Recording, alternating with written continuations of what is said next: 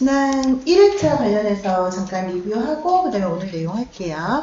그래서 원노트 통해서 제출해 주신 분은 제가 아직 채점을 다 마무리를 못했어요. 그래서 오늘까지 해서 다 마무리 해가지고 확인 메시지 달아드릴 테니까 너무 걱정하지 마시고, 지금까지 채점한 내용 토대로 여러분들이 자주 틀리는 거나 좀 정답을 좀 폭넓게 볼 수 있는 것들 조금 언급을 할게요. 지난주에 1번 문제가 연역과 기납이었는데요. 답은 연역과 기납 외에 다른 복수 정답은 없어요. 근데 여러분들이 많이 틀리시는 게 이 연역할 때 이 역자 요거 착별이 좀 많이 났어요. 그래서 뭐 물수변 쓰시는 분도 있고, 그 다음에 여기 실사변인데 요거 이제 피렉이 이제 부정확해가지고 이제 저로 쓰시는 분, 순수변, 뭐 물수변 요런 이제 오류들이 나서 요런 것들은 좀 아깝죠.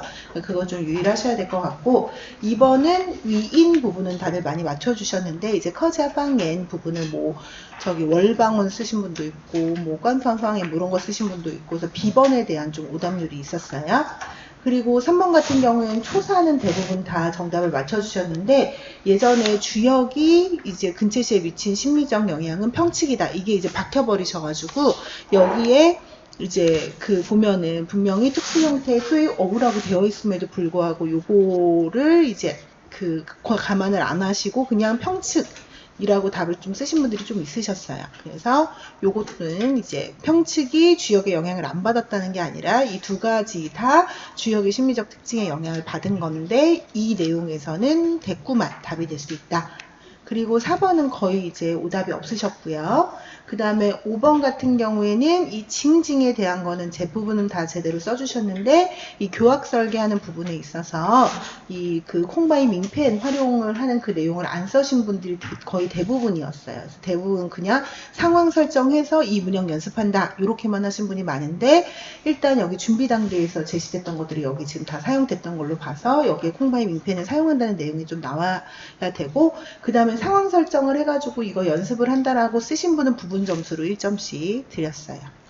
그리고 이 부분도 대부분은 많이 강조해서 그런지 다 잘 쓰셨는데요. 아까운 거는 쌍음절까지만 쓰시거나 차라리 쌍음까지만 쓰셔도 맞는데, 쌍음절화까지 쓰신 분은 이게 쌍음절화화 이렇게 되잖아요. 그러니까 A번에 해당하는 말이 안 되니까 이렇게 틀리면 또 아깝게 1점이 나가잖아요. 그러니까 항상 유의를 하셔야 되고, 그 다음에 이 두 가지를 음역사와 옆면사의 관점에서 쓰라 그랬으니까 음역사의 이제 음역 부분 혹은 음절의 어소화라든가, 그다음에 옆면사의 압축 혹은 이제 지엔청위수라든가 혹은 이 두 글자를 한 글자로 압축했다던가 이런 유지 얘기가 들어가야 되는데, 그냥 두 개를 다 뭉뚱그려서 음절의 어소화로 쓰신 분들도 있었고, 그 정확한 명칭이 안 들어가신 분들이 좀 많이 있었어요.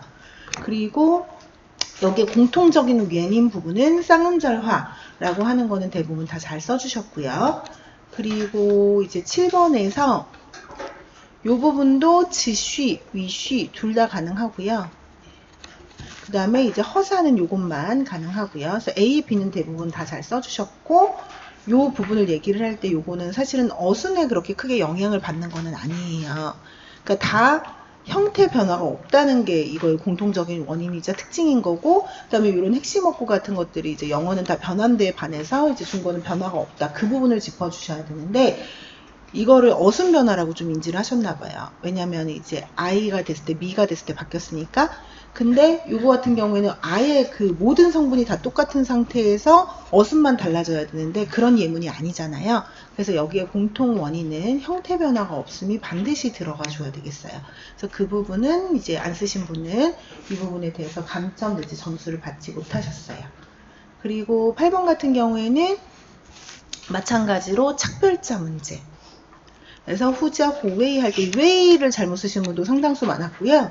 그 다음에 후도 좀 앞에 있는 부수변 꾸 쓰신 분도 많았고, 이 후도 뭐 밑에 이제 여기 부건이 좀 부정확한 분도 많았고, 그 다음에 화셔 텐주 같은 경우에도 이 티엔 같은 경우에 이제 착별자 많이 났어요. 그리고 여기서 의미 자체에 대해서는 대부분은 잘 쓰셨는데, 이제 말씀드린 대로 이제 비유 의미를 쓰셔야 되는데 직접적인 의미를 쓰신 분들도 조금 있었고, 이제 키워드가 좀 누락된 분들도, 그러니까 돌려서 자기는 최대한 비슷하게 쓰기는 했는데 딱 정확하게 이런 키워드가 안 쓰신 분들 같은 경우 부분 점수 이제 드렸어요. 그리고 또 9번 같은 경우에는 대부분은 다 정답을 맞추셨고요.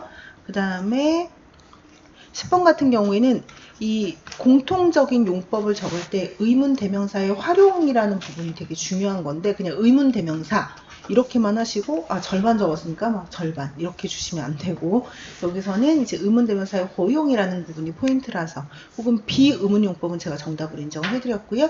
이 고용, 이게 꼭 들어가 줘야 돼요. 근데 요거를 안 쓰신 분들이 많았고, 그 다음에 이 부분에 분류하는 것들은 대부분 다 잘 하신 것 같아요. 그리고 여기 있는 핵심 키워드도 대부분 다 잘 쓰셨고, 그 다음에 11번 같은 경우에는 B는 쓰셨는데, 이제 예를 들어서 이제 그 슈어씨를 이제 착취자에게 비유했다까지는 안 나와도 B를 통해서 착취자를, 그러니까 이 석쇠를 여기에 비유했다라고 직접적인 언급을 안 해도 뭐 기법을 이용했다, B를 이용해서 착취자를 비유했다, 뭐 이런 식으로 쓰신 분들은 그냥 다 점수를 드렸고요. 그 다음에 여기에서 이제 그 위엔의 관점으로,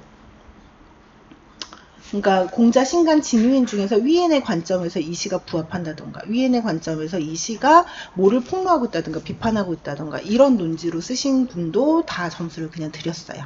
그래서 또 이게 무슨 이 주제를 먼저 쓰시고 이게 현실의 뭐에 대한 비판을 하는 건데 이게 공자의 위엔의 관점과 맞다던가 뭐 이런 식으로 이제 논지가 비슷하면 요거는 다 점수를 드렸습니다. 이것으로 1강 리뷰를 마치고요.